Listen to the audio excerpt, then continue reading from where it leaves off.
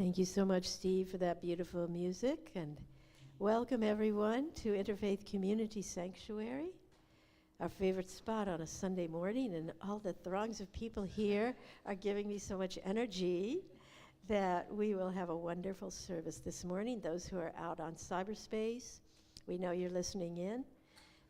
We have evidence of that when we see your beautiful donations that you make, and we want to take a moment and thank you for that, because we do get wonderful support from our outside audience, wherever they happen to be. And today we are very happy to have our Congregant Sunday, and we'll be introducing George in just a minute. But we will begin with our opening rituals, our opening traditions that we have developed here at Interfaith Community Sanctuary. And we start by inviting in our ancestors to be with us today, and Gretchen will do that for us.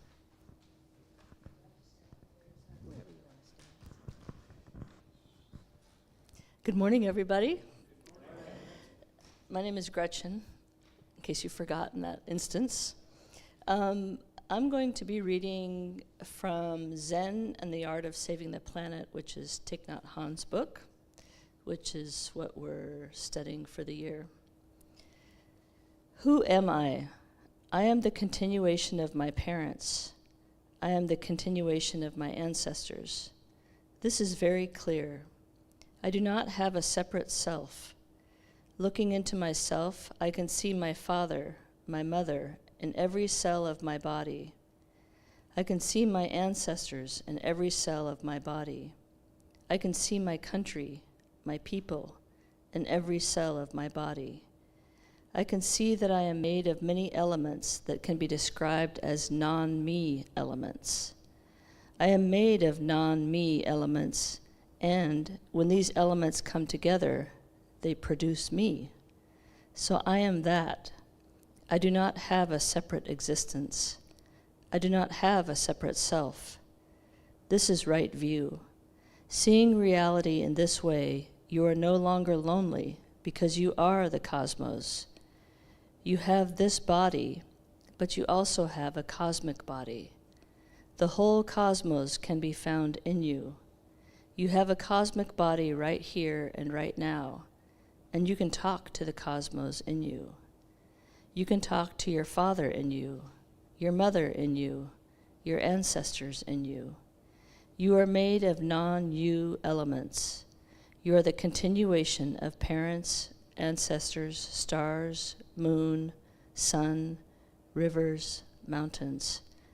Everything is in you. So you can talk to them, and you know that you are the world. You are the cosmos, and this can be seen with meditation. When you are concentrated, you begin to see. Thank you.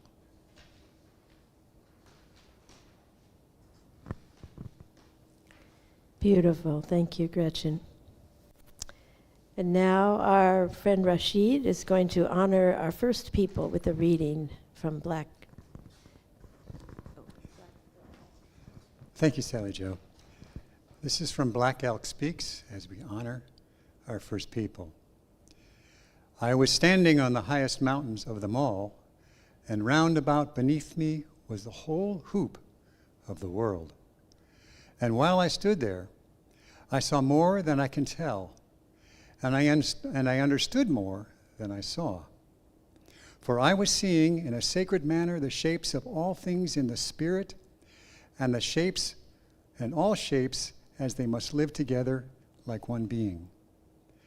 And I saw that the sacred hoop of my people was one of many hoops that made one circle, wide as daylight and as starlight, and in the center grew one mighty flowering tree to shelter all the children of one mother and one father, and I saw that it was holy. I would also like to acknowledge that as we gather here today, we do so in the ancestral homeland of the first people of Seattle, the Coast Salish, which include the Duwamish. They came here, they settled, they made this their home centuries before we arrived, And they built, developed, provided excellent environmental stewardship of this beautiful land, which unfortunately remains unceded. We hope and pray that someday their tribal sovereignty rights will be restored. We honor their commitment, their tribal leaders, their spiritual leaders who provided us with gifts of generosity and forgiveness.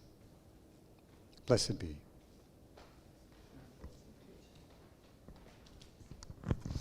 Thank you, Rashid.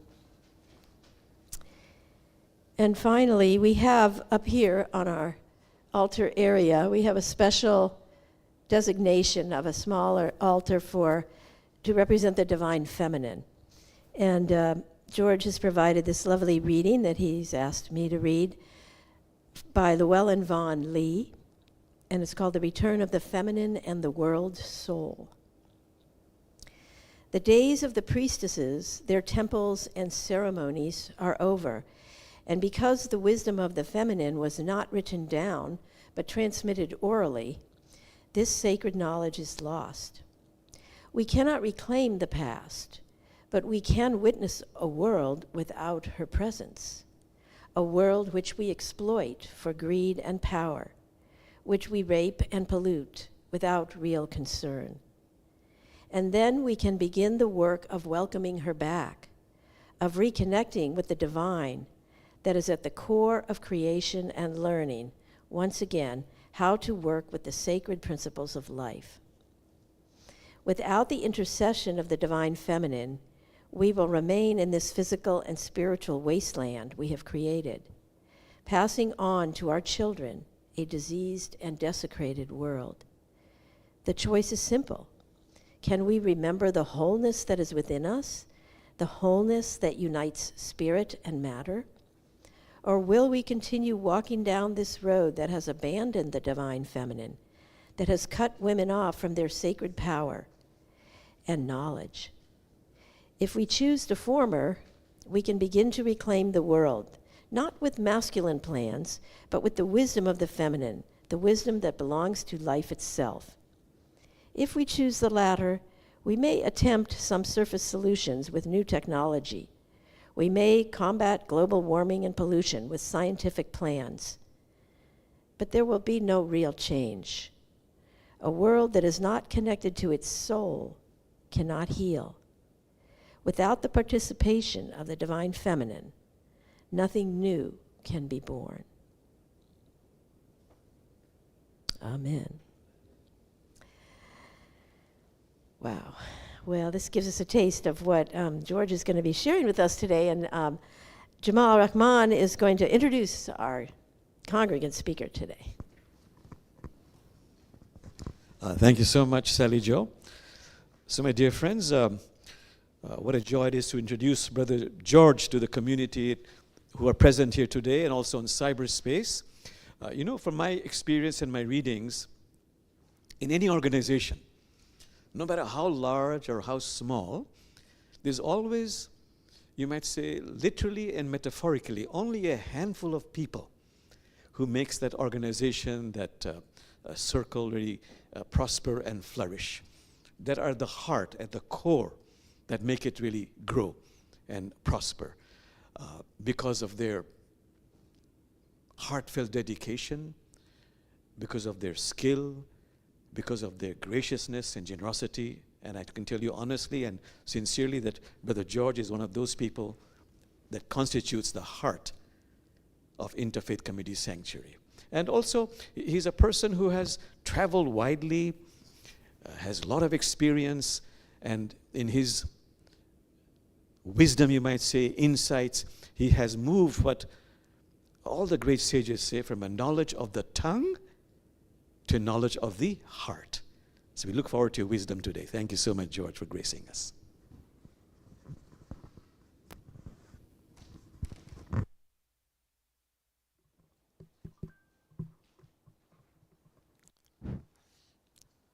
Well, thank you.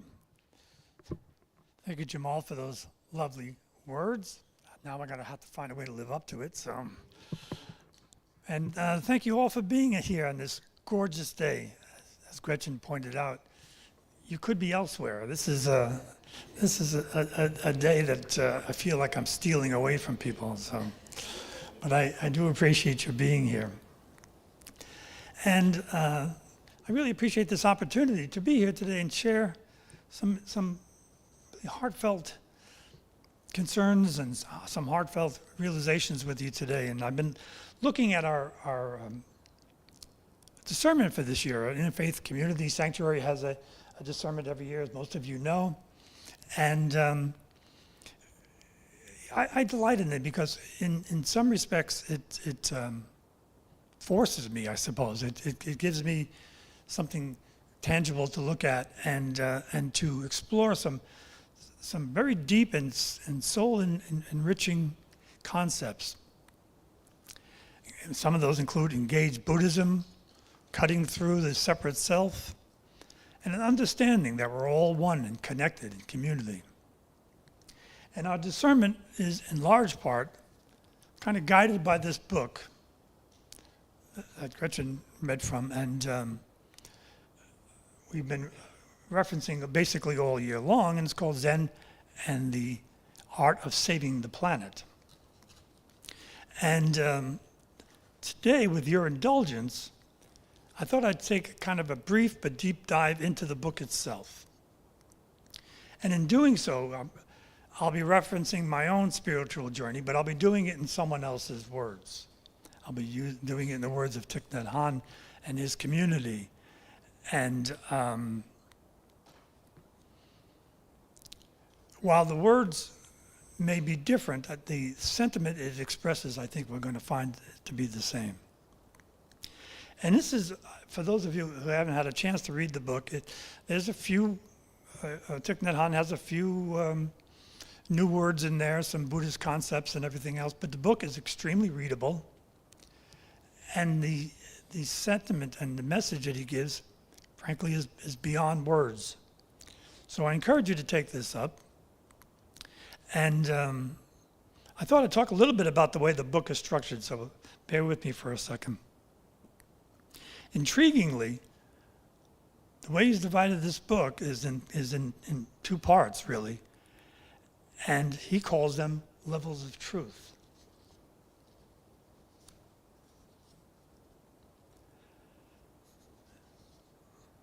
And right off the bat, he says this.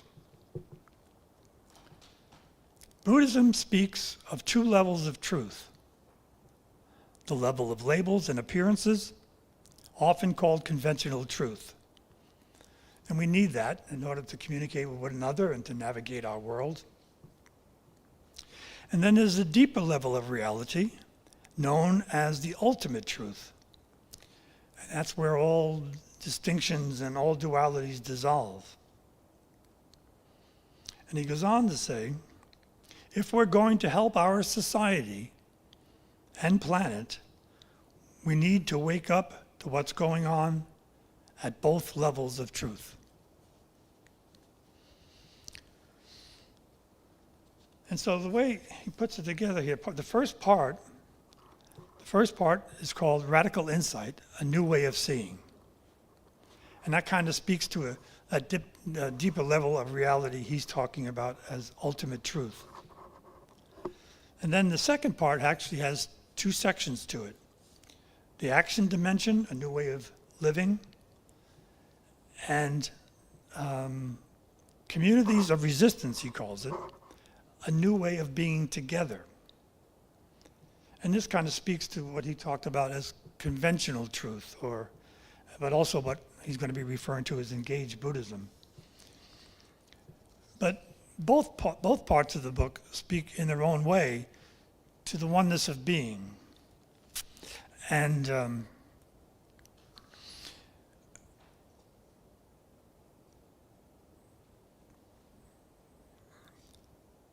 trying to think of how to put this delicately, but he's not trying to teach us something here. He's trying to take us along for an exploration of our own, an experience of this, what he calls ultimate truth. And he says, Awakening is not something far away. We don't have to struggle. We don't have to run. We don't have to look for happiness in another place or time. We have to really be there in the present moment and live deeply in this moment where we receive nourishment and healing.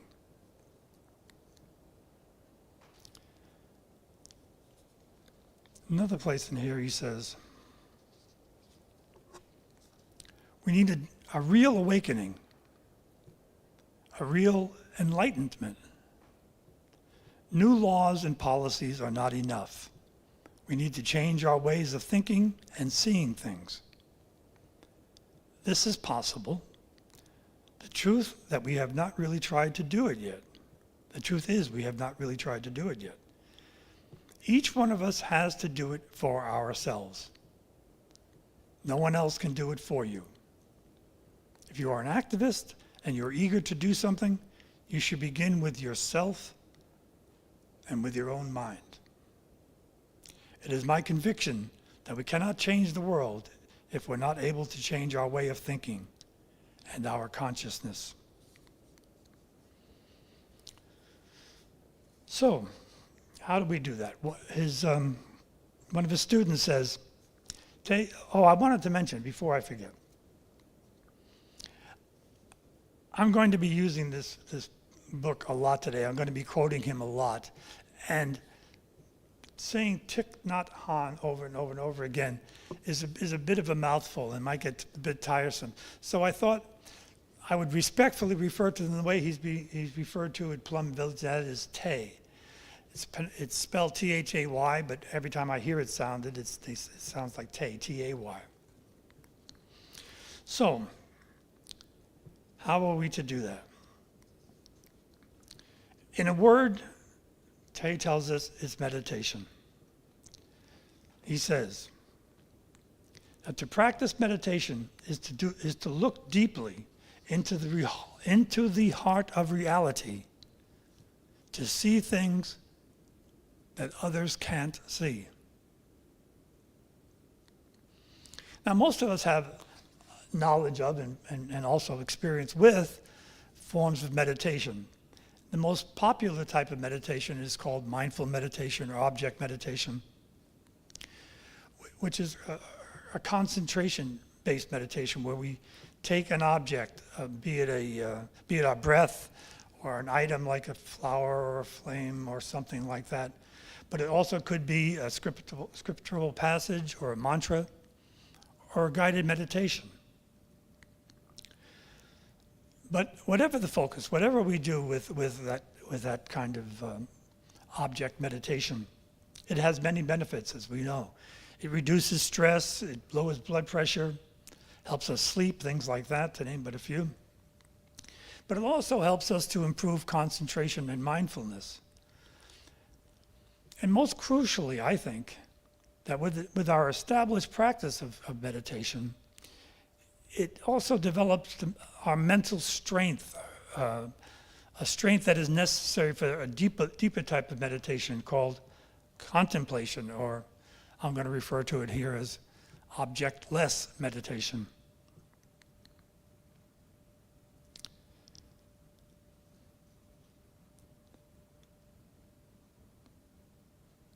Okay, so I'm looking for his quote here. What is this deeper form? How can we find this kind of deeper meditation? And the one he refers to is what's kind of a self-inquiry, undoing meditation, if you will. Because he speaks this way. He says, this deeper form of meditation, the meditator is urged to throw away, to release four notions. Release four notions in order to understand our own true nature and the nature of reality. And those four notions are the notion of self, the notion of human being, the notion of living beings, and the notion of lifespan. And he says, if you can break through these ideas, you'll have the understanding and freedom you need to save the planet. I don't know about you, but to me that sounds daunting. That sounds daunting. But trying to understand it intellectually inevitably will be daunting, because we cannot do that with our conscious minds. That's not something we can talk ourselves into. This is the kind of thing that we have to experience.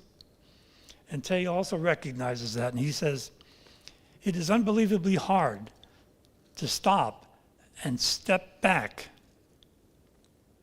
It may even be scary. The fact is, it is rare to get a chance to challenge the deeply held beliefs that society has imprinted on us. The first notion you must throw away is the notion of self. This is very deep-rooted in every human being. That there is a self separated from the rest of the world, that we're ourselves and everyone else, including the earth, is not us. We are born with this strong belief, he says, that we are separate, that I am not you. Intellectually, we may know that nothing can exist alone by itself, but in reality, we still believe that things can, and still believe as if we're a separate self-entity. This is the base of our thinking and behavior, and it creates a lot of suffering. So yes, while this sounds arduous, in practice, when we touch the ultimate truth without judgment, nothing in the world could be simpler. Tay teaches, it doesn't take years of practice to touch eternity. To touch eternity in the present moment. In a split second, you can touch it. Taking just one breath, with mindfulness and concentration, you can't transcend time. Once we touch reality deeply in this present moment, we touch the past, we touch the future, we touch eternity. When you touch the present moment deeply, you have an eternity to live. And that's what he meant when he said a breakthrough in a way of seeing the world. It's an insight that Tay says that most of us just simply haven't let ourselves experience. As I quoted earlier, the truth is we have not yet tried to do it. He goes on, the purpose of looking deeply and meditating is to get insight. And insight is something we have to experience for ourselves. A flash of insight doesn't need hundreds of hours sitting on a cushion. Meditation is centered in the present moment. You don't have to go anywhere or travel back in time. You just have to stay right in the present moment and observe. So my teacher has shown me a number of ways to directly access that insight, to touch eternity, as Tay put it. So I'd like to share one with you today. A simple, very, very brief one. And we don't have to go anywhere. We'll stay right here, stay in the present moment, as he says, and observe. So, if you're willing, please join me in this very, very brief meditation exercise. So just sit back and relax. But before we get into the exercise, let me ask you a simple question. Are you aware? Are you aware of the sound of my voice? Are you aware of the furniture in this room?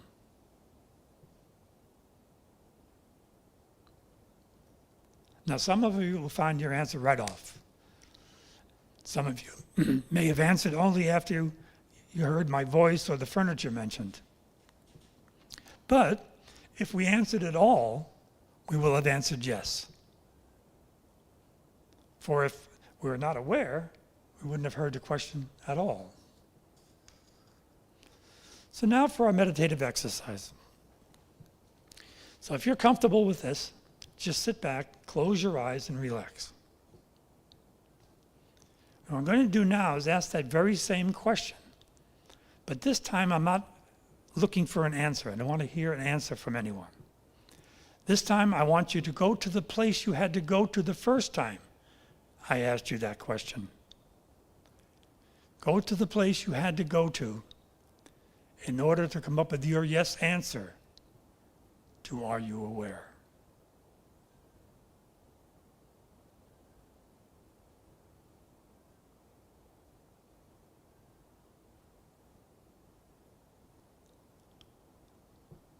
Are you aware? Go there now. Don't look for a verbal answer. If a voice in your head begins to tell you where it thinks that awareness is, then simply consider who or what it is that is aware of that internal voice you're hearing.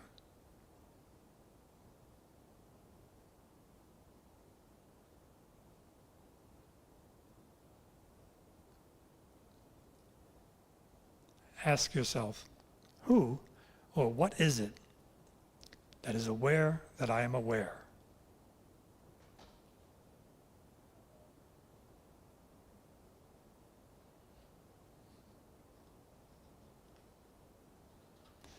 Now, the words, are you aware, are no longer a question to be answered. Now, those words are a sword to be used to cut through the illusion of separation.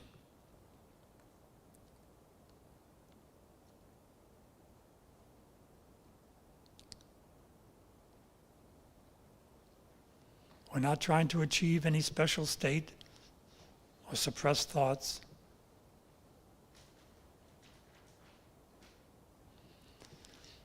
If you allow yourself to dive deeply into the silence that followed your self-inquiry, you'll find that in that silence, there is no name, no gender, no history, just a pure, luminous sense of being.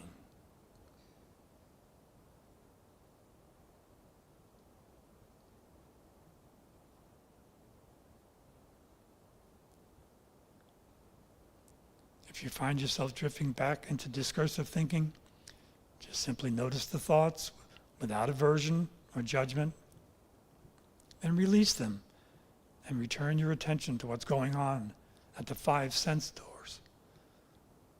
Simply observe and rest in that sense of being.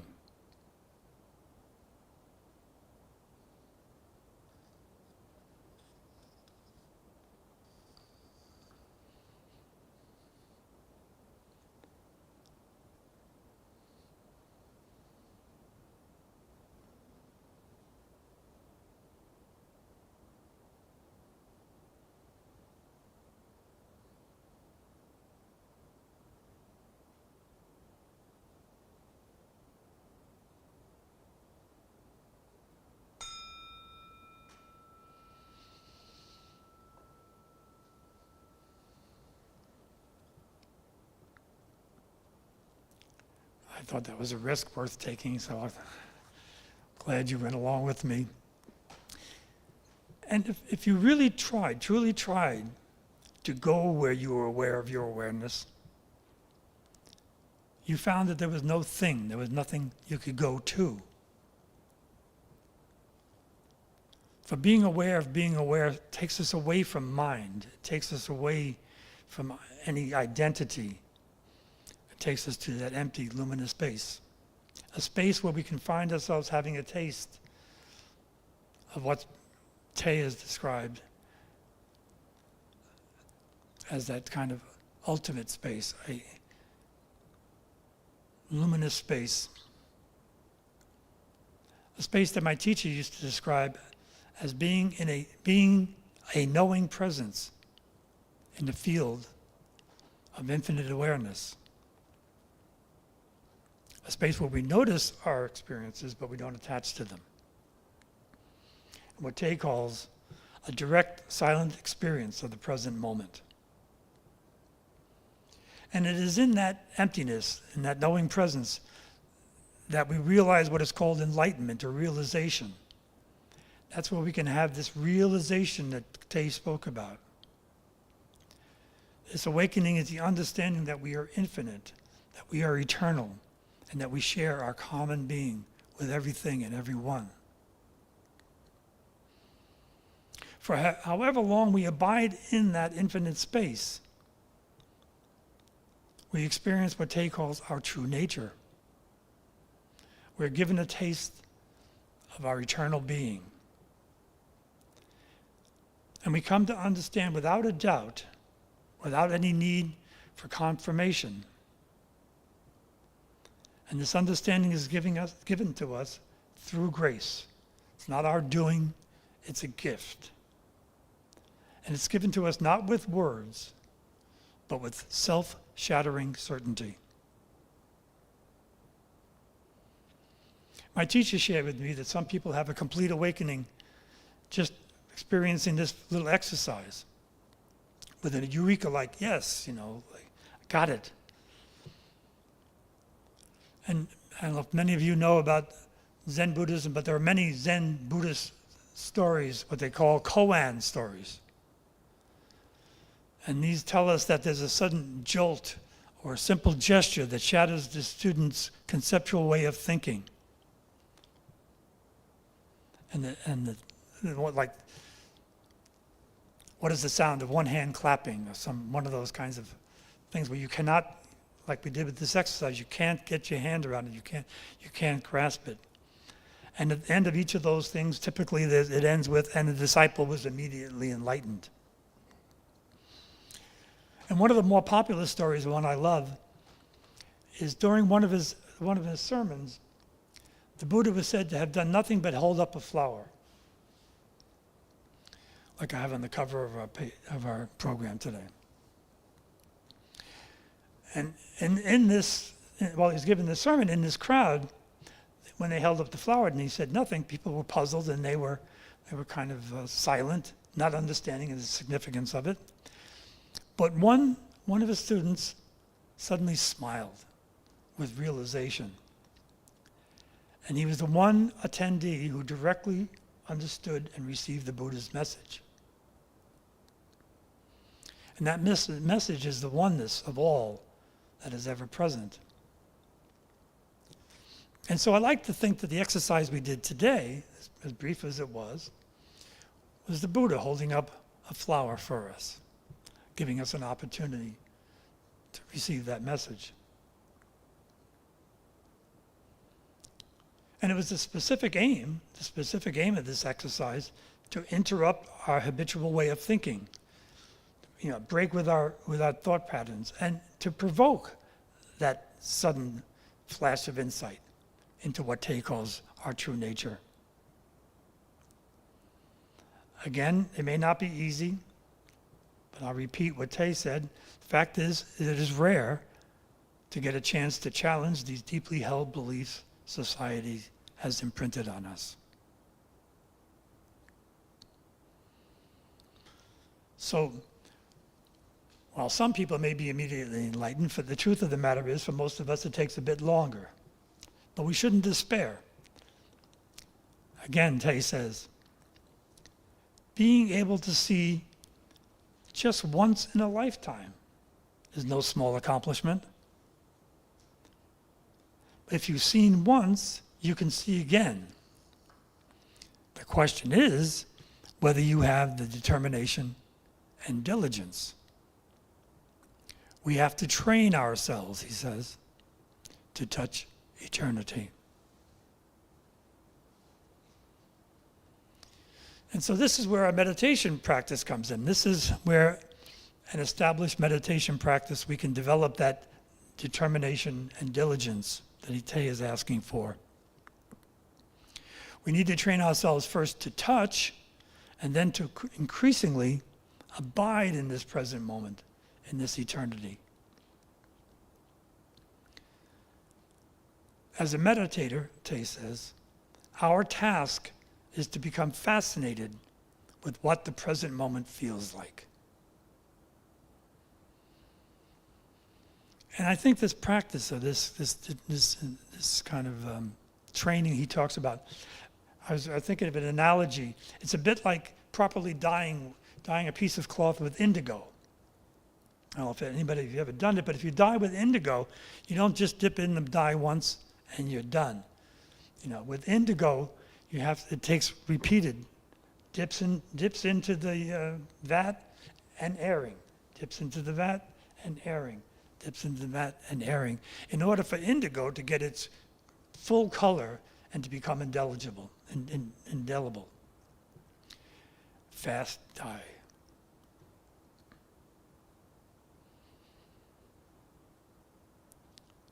So, in an exercise like we just did, or one similar to it, we can learn to experience oneness. And everything that is needed is already present, with the one exception perhaps of our committed selves. We may argue that we're too busy, but as they've seen, it doesn't take a lot of time, especially initially. We can choose to do this whenever our attention is not required by something. Whenever and wherever we have the time. First thing in the morning, before going to bed, wherever. Wherever and whenever we can just be. But it's interesting that no matter when this realization occurs, when one is awakened, it will happen suddenly. It will be that aha moment that my teacher spoke of. But like that popular phrase, you have to be present to win. And I've used this somewhat trite, but I think nonetheless accurate aphorism before. And I love it. I've used it on many occasions. And that is that awakening arrives suddenly through grace. It happens as if by accident. And our job is to make ourselves accident prone. Okay. So it's just asking us to just be. There's no compulsory position or posture. We don't have to attend a retreat, go to the desert. We don't have to join an ashram to find it. It's all right here, right now, at this very moment. I'm going to repeat, if I will, this beautiful quote, I think, from Taze that I read earlier. Awakening is not something far away. We don't have to struggle. We don't have to run into the future. We don't have to look for happiness in another time or place. We have to really be there in the present moment and live deeply in this moment where we can receive nourishment and healing. And he also says, meditation can be very satisfying. And meditation is to have the time to look deeply, to listen deeply. And when you do that, you can get in touch with your true nature, and you can release all your fear and discrimination. It just happens. So we shouldn't approach this or any kind of meditation with a desire to change or accomplish something. We simply come to rest in the essential nature of our being. It is finding, it is discovering, it is not seeking. We can participate in this wonder of awakening anytime we choose to.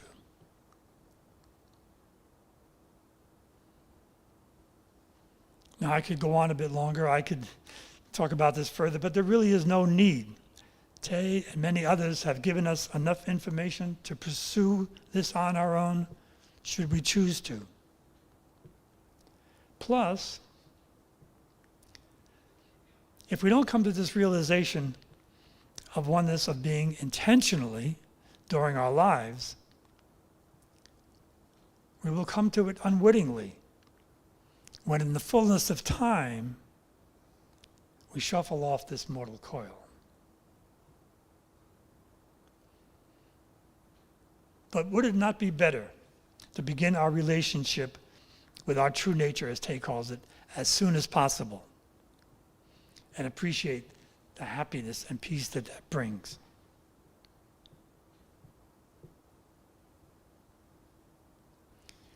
When you realize you want to spend the rest of your life with somebody, you want the rest of your life to start as soon as possible. That's a gem of wisdom from Billy Crystal, When Harry Met Sally. All right, so enough of ultimate truth for now. Time for a break and a little music from our brother Steve.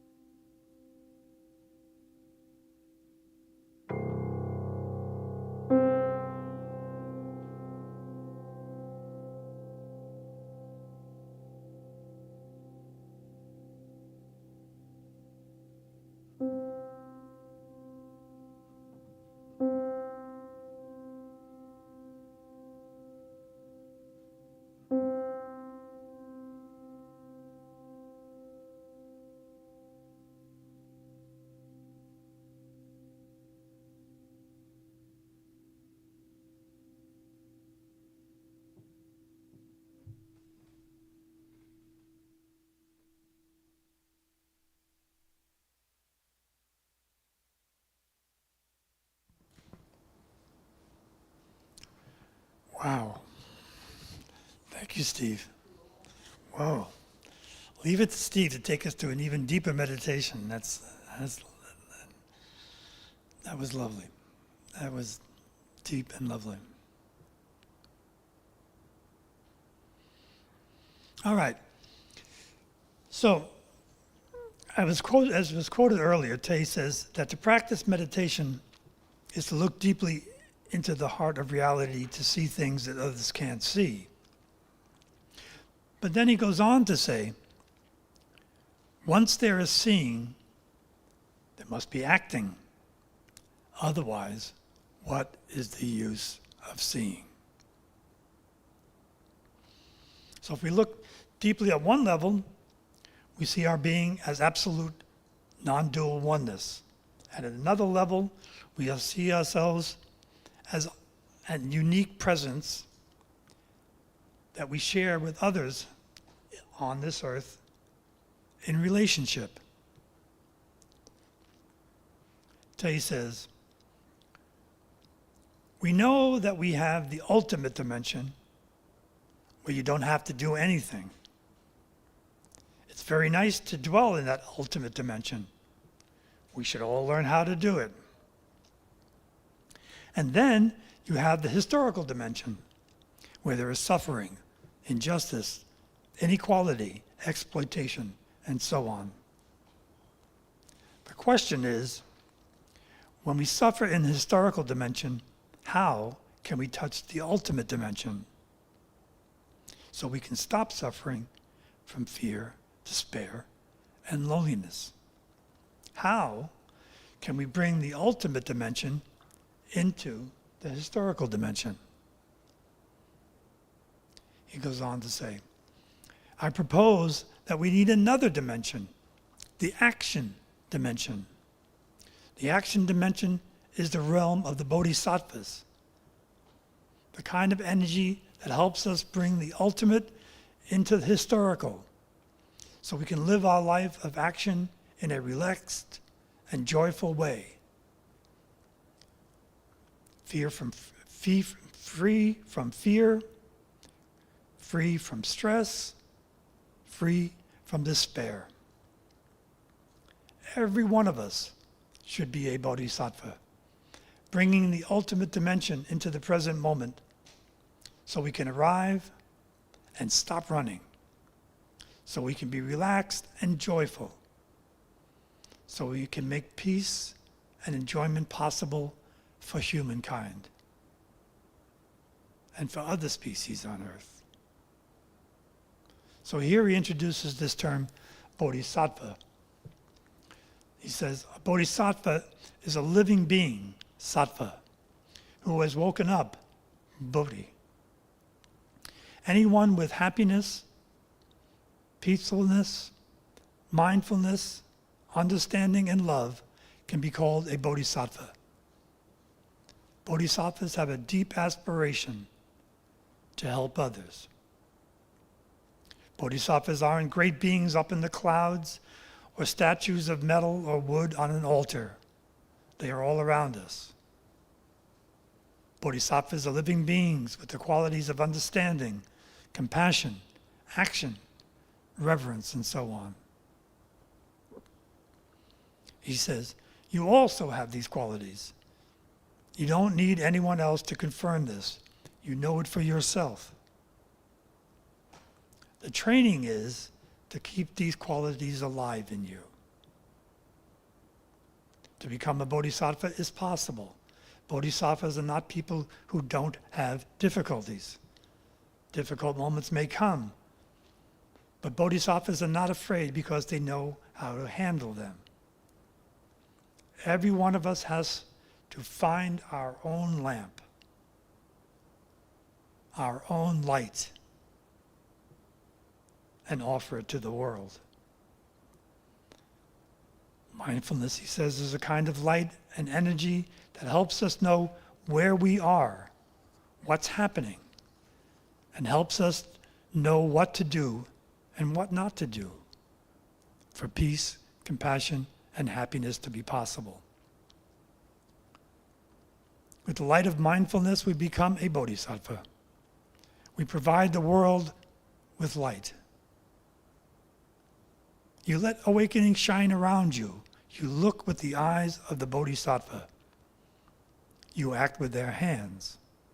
And if we do that, there is no reason to be pessimistic about the situation of the world. A Bodhisattva with such deep intention is free from despair and can take action in peace and freedom.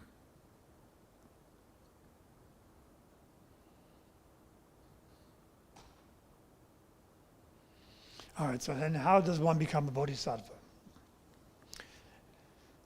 In the book, we're told that one becomes a Bodhisattva, here comes another word, by cultivating what's known as bodhicitta. And bodhicitta, Tay says, is the desire to practice, to transform our suffering and the suffering of the world. Bodhicitta gives us energy and the will to be active and to change.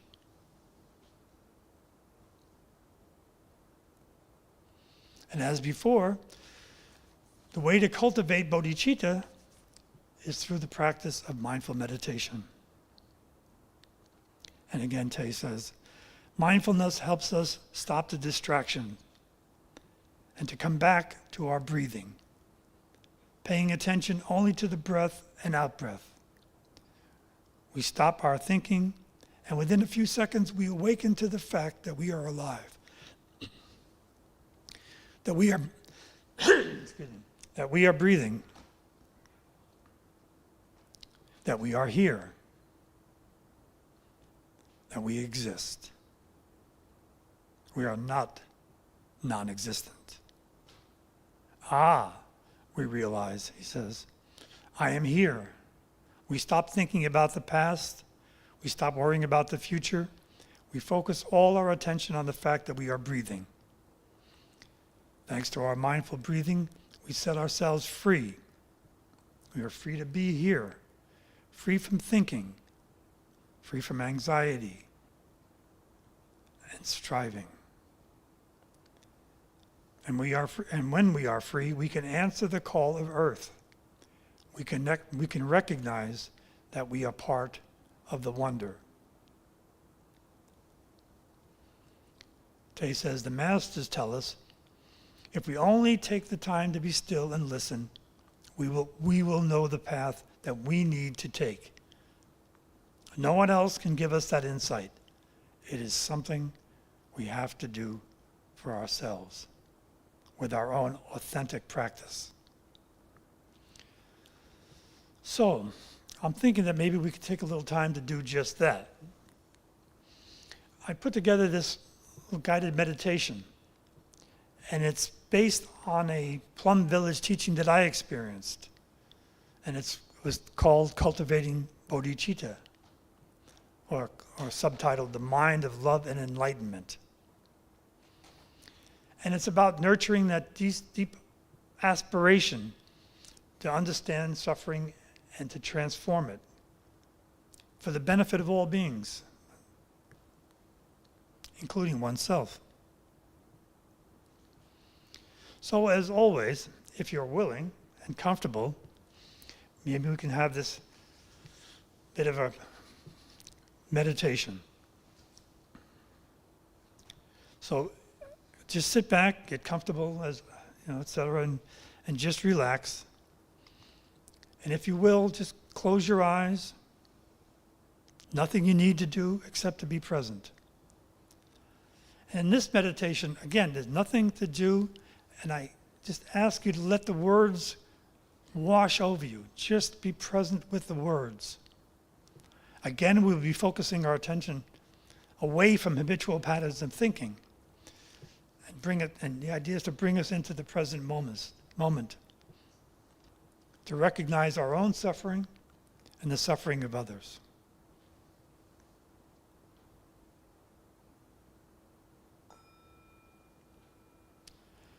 So to begin, let's take a couple of nice deep cleansing breaths, some nice deep belly breaths, just breathing in deeply and breathing out.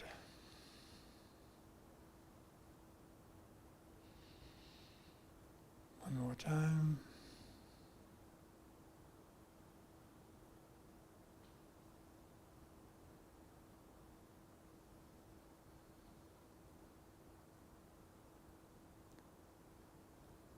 Breathing in, I know I am breathing in. Breathing out, I know I am breathing out.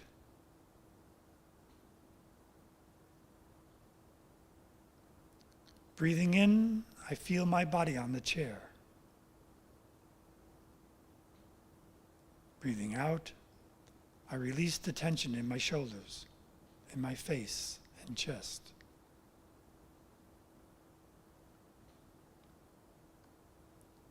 Breathing in, I establish myself in the here and now.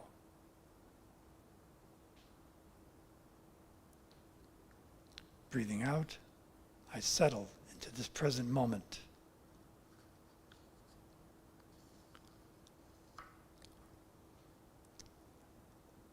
As I breathe in, I feel the breath entering my body, refreshing every cell. As I breathe out, I feel the gratitude for this life, for the opportunity to practice.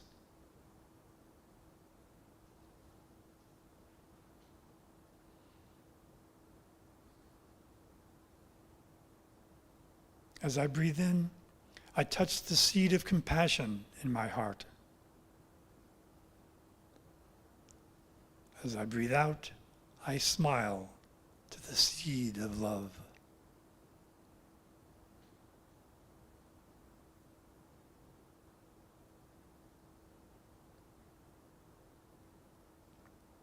As I breathe in, I see that I am not separate from others. As I breathe out, I feel the interconnectedness of all of life.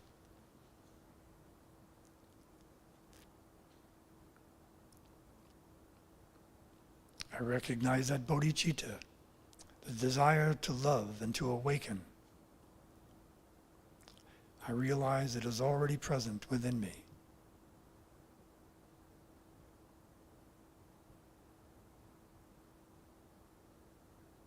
I breathe in the compassion of the bodhisattvas.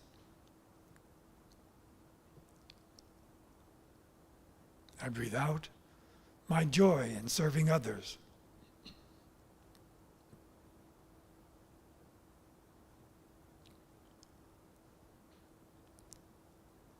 I breathe in my desire to live in love and understanding.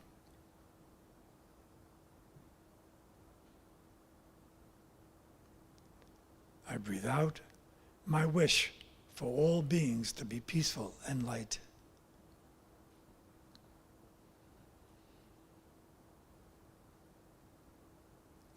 I breathe in the awareness of the suffering in the world. And as I breathe out, I do not run away. I offer my presence.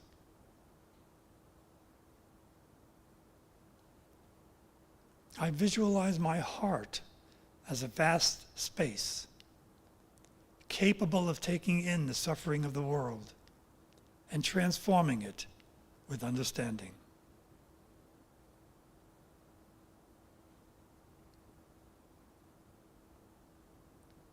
Breathing in, I look deeply into my own suffering.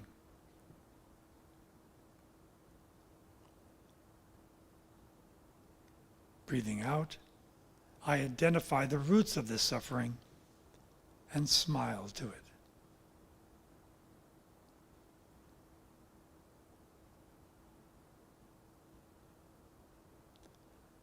Breathing in, I see that I am not separate from the world. Breathing out, I transform my pain into love and understanding.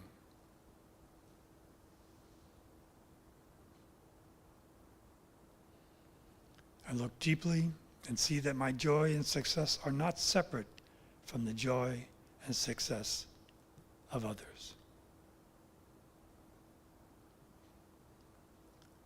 I nourish the determination to be an instrument of peace, bringing love and understanding to my family, my society, and the earth.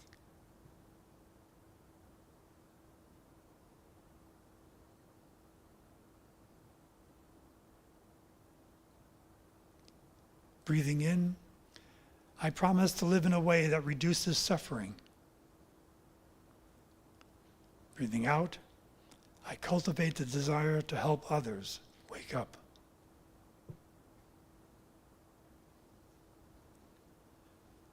Breathing in, I am the mind of love. Breathing out, I act with understanding.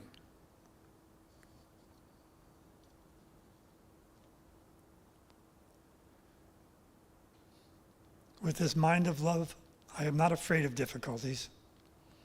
I am ready to overcome obstacles to help relieve suffering.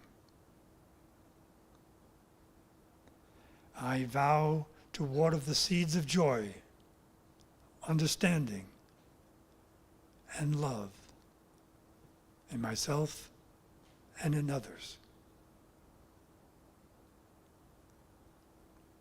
Knowing that as long as I have this mind of love, I have everything I need.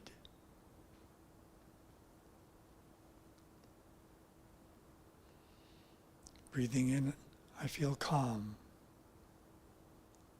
Breathing out, I feel at ease.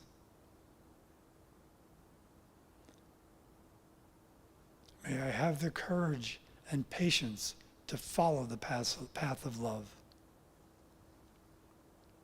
May I be a source of joy, of peace, and liberation for all beings.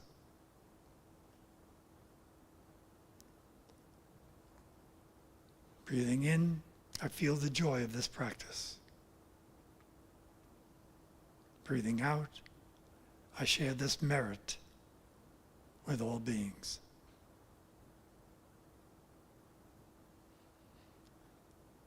Now just breathe.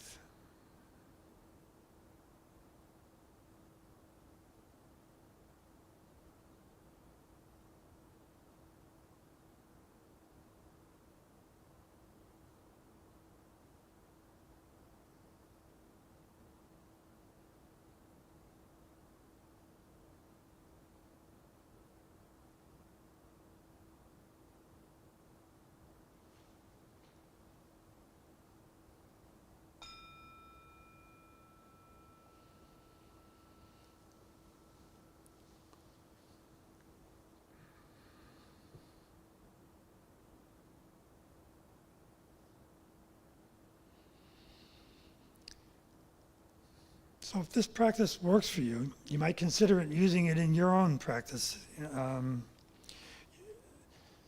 can choose. These are the words basically that came from Plum Village, but we can choose our own words that resonate with us, and make it a part of our regular practice. I've shared this before with many of you, but I do a regular practice that's not too dissimilar. It is much more of an abbreviated one which is much more impromptu, but the intent is similar, and it's a practice called Tong Lin, and it's one I've mentioned before, and it's I guess because of the world situation or whatever it is, I just find myself using it more and more. But whatever works, the important thing is that we stick with something, that we do something, that we have some meditation practice that we can stick with. The result is that we can expect to find peace within and joy in serving others. And who knows, we may even find ourselves contributing to saving the planet. Tay says, to meditate is crucial, to keep your compassion alive, so you can be a real instrument on the earth, helping all beings. When you breathe in and become aware of your body and look deeply into your body and realize you are the earth, that your consciousness is also the consciousness of the earth, that can become a liberated consciousness, free from all discrimination and wrong views.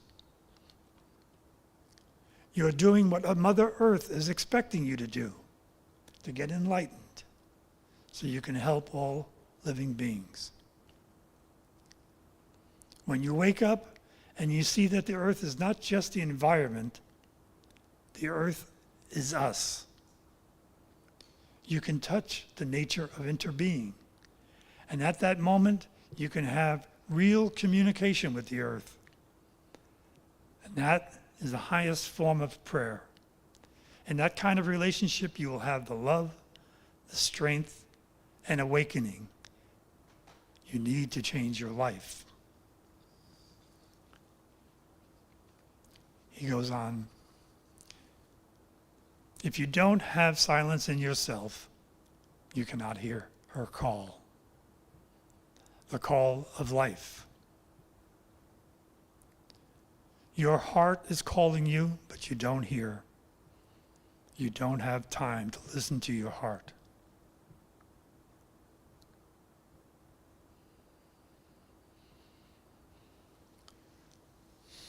But when we are silent and we do listen to our heart, we can listen for and then listen to the heartbeat of the world.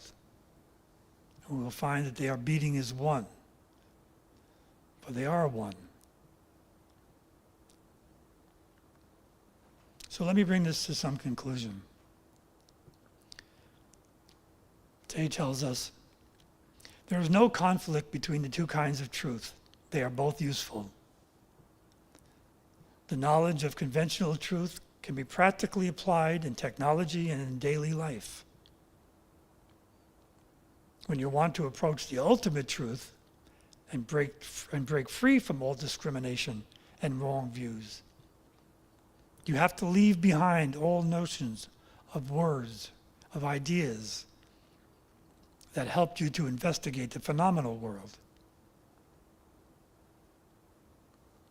Conventional truth, mindfulness, helps us to know that it is a conventional truth and we are not caught. If it is an ultimate truth, mindfulness helps us know that it's ultimate truth and we are not caught. So we are free. It is possible to accept both kinds of truth. We cannot claim that one truth is better than the other, or that one truth is the only truth. So yes, perhaps there are these two levels of truth, an ultimate and a relative. Either way, the truth we need to live with every day is the simple truth that we're all in this together. So thank you, Thich Nhat Hanh. Thank you, Sally Jo and Jamal. And thank you all for sharing your time with me this morning.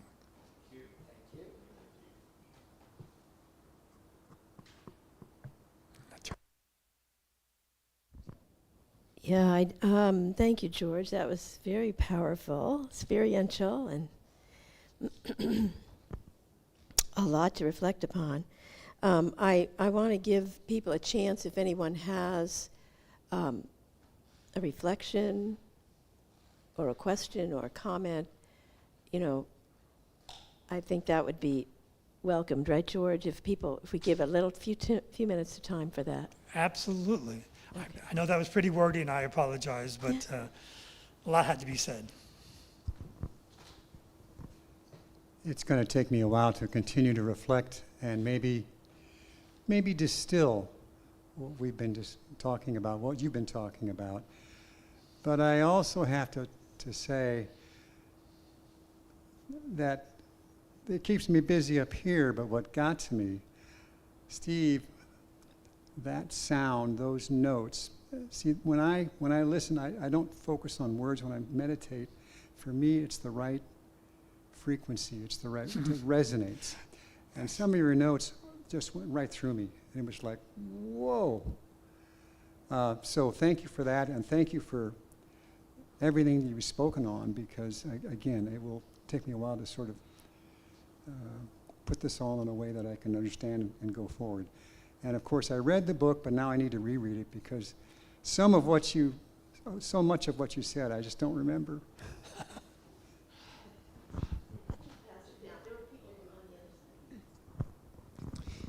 Thank you, George. As one who has said I have difficult meditating, I have had some success with Tonglen. And so I wondered if you would again you said you do that kind of in the spur of the moment. And would you please again state, I know that's taking breath in and out, but tell us again what that is? Sure. Yeah, Tonglen is an ancient exercise. It's back in the Upanishads, but it was brought to popularity by Pema Chodron. She's a monk, Buddhist monk, and so it became popular. But I learned it many decades ago as one of my teachers taught it to me, and with the same intention as we have here. It's basically a way to, one, recognize the suffering that's going on, or the injustices, or the bitterness, or the vitriol, or whatever it is, and then I call it passing it through the cauldron of compassion. We transform that into compassion. We can transform it into loving kindness, or whatever it is. And so Tonglen simply means giving and taking, or coming and going, is all that really means. But how it's utilized is, and how I utilize it. And when I hear somebody who is mean-spirited, you can hear that a lot these days if you turn on the TV or get into conversation for that matter. But rather than reacting to it and buying into that negativity, or finding some kind of anger, or heaven forbid hatred, is when I hear somebody speak and it's hurtful, or it's demeaning, or it's diminishing, I just simply breathe it in, and I just allow myself to feel the weight of it in the in-breath. And then, when you transform through this, it's kind of trite, but that's how I see it in my mind, is this kind of a cauldron that just burns that up, and it's like a burnt offering. And then what the exhale is just wishing that person, wishing that circumstance peace and love and joy. And I don't know that it helps that person, but it helps me, and it keeps me from buying into that negative energy and being a part of that growing energy, as I see in our society of negativity. So it's that just simply, it doesn't take a lot of preparation. For me, it's instinctual. I hear it, and I immediately go, whoa. Just allow that to wash over me. That's the word, just sort of, I feel it. I can feel that the ignorance. I can feel the vitriol. I can feel the stupidity. And rather than holding on to it, transform it and allow it to become something positive.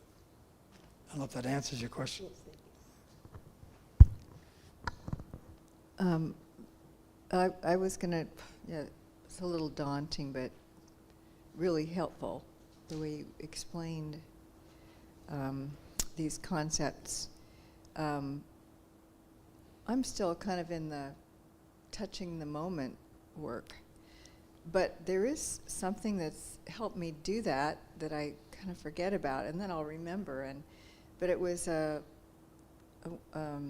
acupuncture person who told me, and it was simply, this might be the best moment in the rest of your life, and it could even be that it's not the best, but it is the moment before the rest of your life. You could get hit by a truck or whatever, and it's like I'll be doing something and I'll think, wow, this might be the best moment, and I'm just so aware of the moment, everything, the people, the world that came to this moment.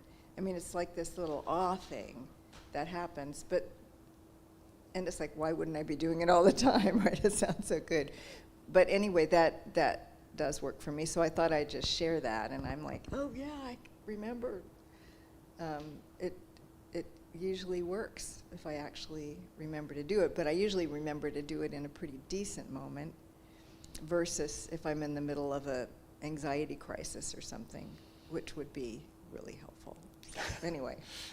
I think that's prudent, not to do it during an anxiety crisis, yes.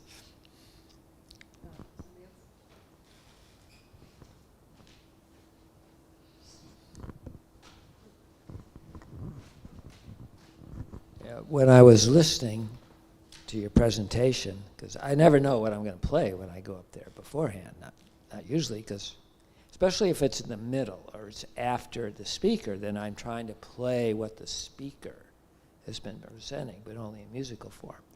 So while I was listening to you, I said, well, I'm not going to play a bunch of notes. I said, well, I should play oneness. That's what I should play. And so that one note, the initial note, that was middle C on the piano. And that's like in the center of the keys. And so then just playing that over, and over, that's the oneness. And then the other notes were the extreme ranges of C, octaves up and down. So it was all the same note, but different frequencies. And then, so that's how that came about. I mean, when I hear the middle C, it sounds so beautiful to me. I mean, that's the thing. This piano, this instrument that was built by human hands, it's built to play notes. Any note on there is supposed to, they were trying to make it beautiful, and they obviously succeeded. So the person who's going to play it, you approach it, and then you interact with it, whatever level of consciousness, that you have. So that's where that came from. And I love the presentation, George, and thinking about the relative and the universal or unmind, because I go around and I talk to a lot of people. I just love people, so I was leaving Steve Greenebaum's care center. It's more of an independent living place, but you can get care. And then there was a guy who was in one of those mobile cart things or wheelchairs. And he was just out in the sun. It was a beautiful day, and so I said, I'm just going to talk to this guy. So I go up, I say, hi, how are you? I'm Steve, and he's Jerry. And then I just started asking a question, how long you been here? Then we had a beautiful conversation, and we talked for, 20 minutes or something about all sorts of different things. And it was just, it was like bringing a beautiful energy into the world through just talking with this person. And then sometimes I talk to people and say, well, the whole world thing is getting me down, which I understand, because there's a lot of things that happen in the world that are not good. They're the opposite of good. They're very bad. There's no dancing around it. And we're supposed to understand that and feel it, but we don't want to be just sitting there in that as you're going around in your life, because it detracts your ability to bring the oneness and the awareness into whatever it is that you're doing. I mean, you can be aware of that, but you don't want that to let that dampen you, because then that takes away from your opportunity to give what the world needs, because only each one of us can give what we have. And that's the gift. Each person is a gift, each life form. It's the creation of life, and we get to go on this journey, which is the miracle. And so there's a balance, between being aware and being affected, and yet at the same time transcending it so that we can be loving, and creative in the world. So. Well, thank you. I mean, I don't know about you guys, but I think when Steve was playing, it did what my exercise was intending to do. Because when he was playing, there was no thought. It was just being with that music, just one with it, to your point. And then afterwards, you can sit down there and your mind can start to then do what it does and rationalize this and rationalize that. But as you're playing, it's just bathing in the beauty of the sound. It was lovely. And I know this was very verbose today, but I wanted to do a couple of things. One is I wanted to bring attention to our discernment for this year. And secondly, encourage people to get involved in this book, because as you can see, when I got into it deeply. And there's a lot to be said in there, and but more importantly, not what's being said, but with what's being said, what do we do with it? How do we incorporate that in our lives? To Steve's point, how do we take this awareness and not just simply be happy with it, like, oh, look what I found, but how to find joy in using that to be of service to others. So I hope that came across.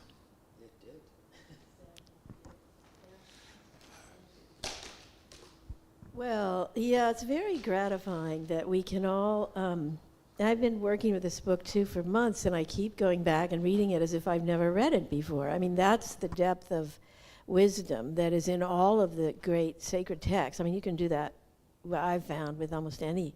I open the Quran, and the same thing happens to me. Have I read this line before? Anyway, it's all about, and then with music, it's a whole different dimension to the same thing. I was at a concert last night where the music that was being played affected me in a way I cannot describe in words. There are no words to describe what music does to us. It's a whole different world, okay? And whether we're a musician or not, I used to have a friend who used to say, well, I don't understand music the way you do. And I said, no, it isn't about understanding. I don't understand music. I experience it. And I experience it one way when I play it, and I experience it a different way when I hear it. And so, I mean, the world is filled with it. When a bird sings, how do you experience that? You're walking down the street, and suddenly you hear this song. How do you experience that? You're not thinking, you're not analyzing, you're not thinking about it, you experience it. So I think there's so much experiential in our lives that we can become more and more aware of. And that's the joy and the treasure of just interrelating with each other and learning, getting these experiences and then having them in ways that they're in a context that we can experience them in a new way. And that's what I feel George has done for us today, and Steve, and what happens every Sunday here, and every day, and every event, and every time we get together with each other, or anyone else, for that matter. So we have all these opportunities, and we are very happy for that. And speaking of that, we have a lot of upcoming gatherings to talk about, and one is today. And before we do that, I want to thank everybody for donating to our place, because we, in the material world, did you call it, or the everyday world, there are bills to pay. Have you noticed that?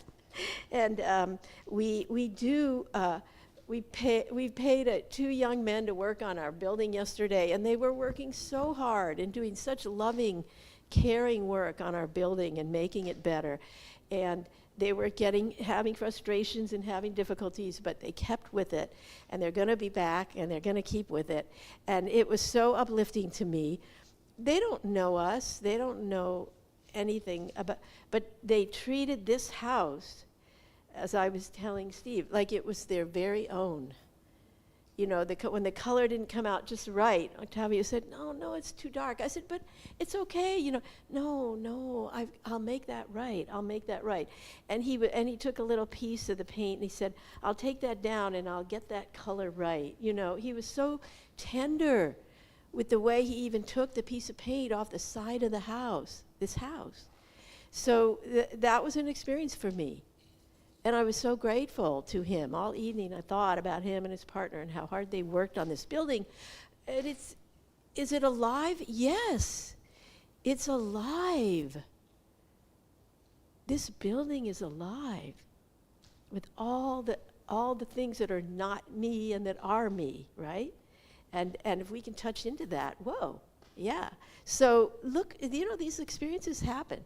And it's just is just gorgeous, and I appreciate all that we do to make it happen together. I know online people are giving with their credit cards and all their good ways of sharing in the community, and we do appreciate that. We have some beautiful events coming up, and I'm going to let Jamal talk about what's going to happen today at 1:30. Let's do that first. After the service, we'll go down and we'll get some coffee made, and we'll do some things and get some things ready.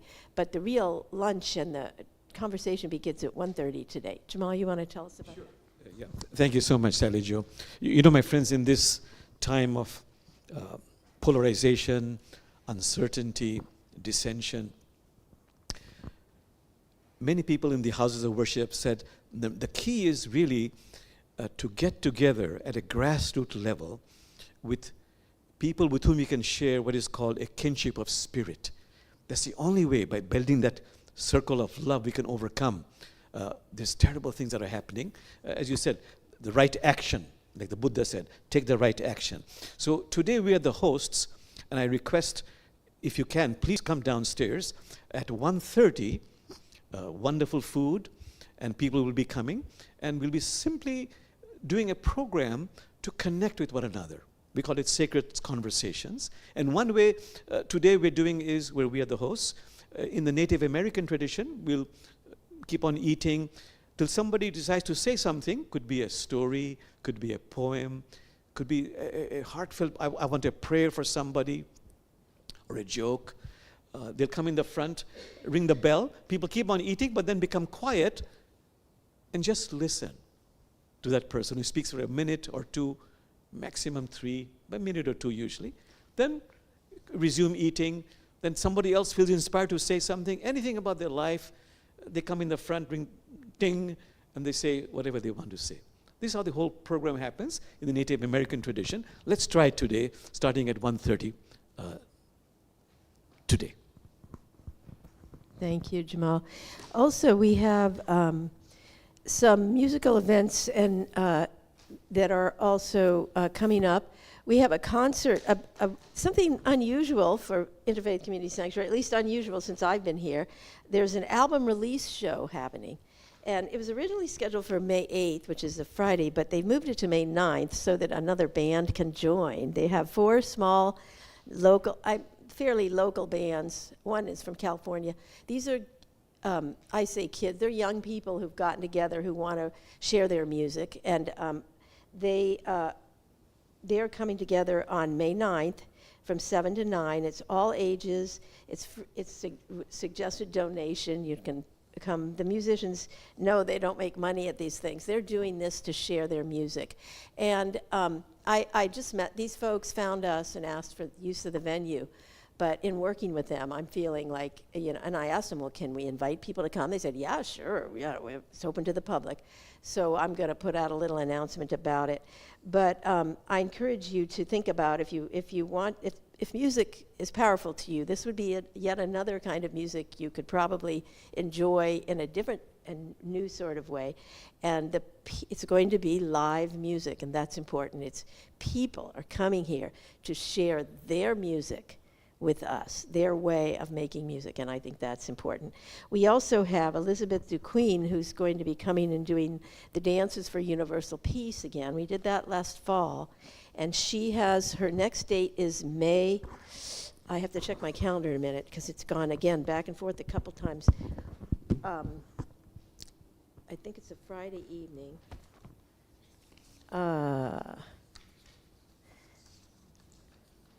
Yes, it's Friday, May 15th at 7 o'clock.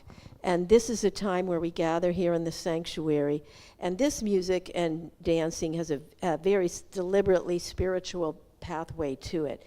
They take, she takes words and phrases from different religious traditions and puts them to there's live musicians playing, guitar and different musical instruments, and they play, we sing, and we do these simple dance movements in a circular fashion. Anybody can learn it.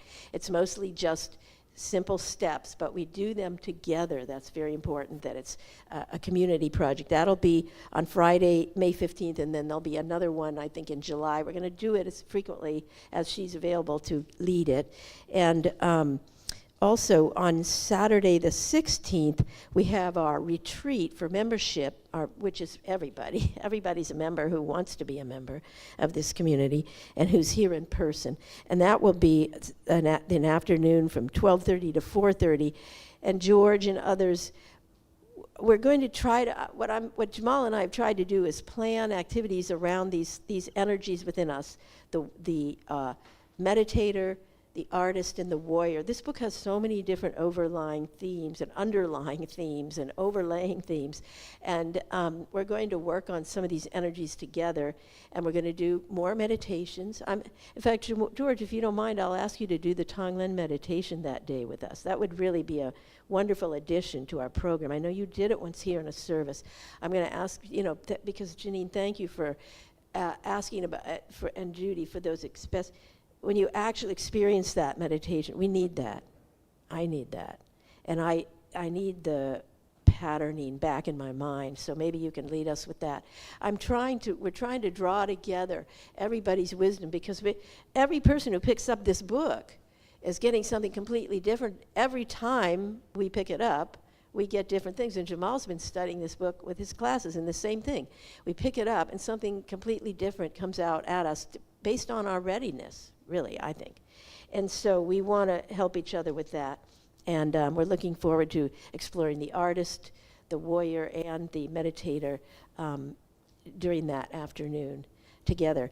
And then I think I do want to warn you that next Sunday is a first Sunday. Usually we have a guest speaker. Well, things got a little mixed up this month because our guest speaker had something occur in her. This is Sister Kathleen Pruitt, who's a Buddhist monk and a Catholic priest, a Catholic nun and a Buddhist nun, both trained deeply in both traditions. She's going to be sharing with us, but she asked if she could move her. She got a conflict for next Sunday, so she's going to move her. I found a time when she could do it would be the 5th Sunday of May, which is I think May 31st. So I switched with her. So I'm going to be your guest speaker next week, and I think it's really a good ripe time for us to have our small group conversations, and we're just going to talk.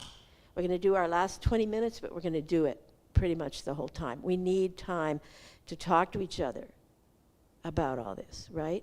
So it's actually I'm very grateful. It's really a blessing that we'll have that time this next Sunday to work together in our small groups, which we usually do on a 5th Sunday. So we just flip-flop that. And then we'll go on from there with our regular schedule. So keep looking at the offerings online and the things that Chiaki sends out for the events that are coming up. And a lot of people are sharing their classes, during the week, as they always have, the meditation groups, the Course in Miracles. This Wednesday is the Cedar Circle and Red Cedar Circle and the Medicine Circle, and all kinds of wonderful events that happen all the time. And we can join them whenever we feel drawn to do that. So please do check into what we have on our website, and let me know if you have any questions about it. Sometimes the events get moved around, but we have to be flexible in this beautiful world. So, yeah. This is spontaneous. Speaking of Chiaki, everybody online and everybody here, you saw the email that she sent for Peace Camp, asking for donations. We just found out that Bernard, you know how the government, well, I don't know if you know this, but in Uganda, they're charging either $5,000 or $10,000 or $15,000 that they have to put as a down payment, and then to get a visa, and then when they get back, they get that money back. So our problem is, so Bernard, he applied for his visa, and he got the visa, but he has to pay $10,000. So, it's like a deposit. It's a bond type thing, yeah. What's that? So anyway, I'm getting stronger at as a friend told me to give people opportunities to help in areas that they would like. We also had to pay, Peace Camp had to pay extra money for Mangesh and Sony's and Bernard's airplane tickets because of the goings-on in Iran. So to fly them in like safe places, it costs more money. So this isn't just for us, but if you know people who, it's like, please spread the word to help ease our pain. Thank you. I knew I had in my calendar that Bernard had his interview yesterday, so I was planning to ask if you'd heard about that. Yeah, thanks for sharing. But we knew whether he got permission or not, that fee would be there. We just didn't know how much it would be, right? That was the problem. Yeah, that's what I remember. Well, we'll see what the universe has in mind. And also, Jamal has a new course coming up that he's teaching online. It's the final, it'll be his kind of final installment of his work with the Zen and the art of saving the planet. And that meets Saturday mornings. It starts again on May 9th for 6 weeks. And you can talk to Jamal or me about getting signed up for that, or take a flyer if you'd like more information. And yeah, we hope during Peace Camp this summer to have our counselors present on one of our Sundays too. I've asked Chiaki, so they can come and talk a little bit more about what goes on at Peace Camp. So we'll all have a better idea about that. So thank you for bringing that up. So let's stand and do our. Oh, I'm sorry. Who, Elizabeth? I'm sorry, I didn't see you. I was just going to say that May 2nd, there's another Wild Church over at Carkeek, 9 o'clock. I'll send out a something on the internet. Good. Thank you. Thank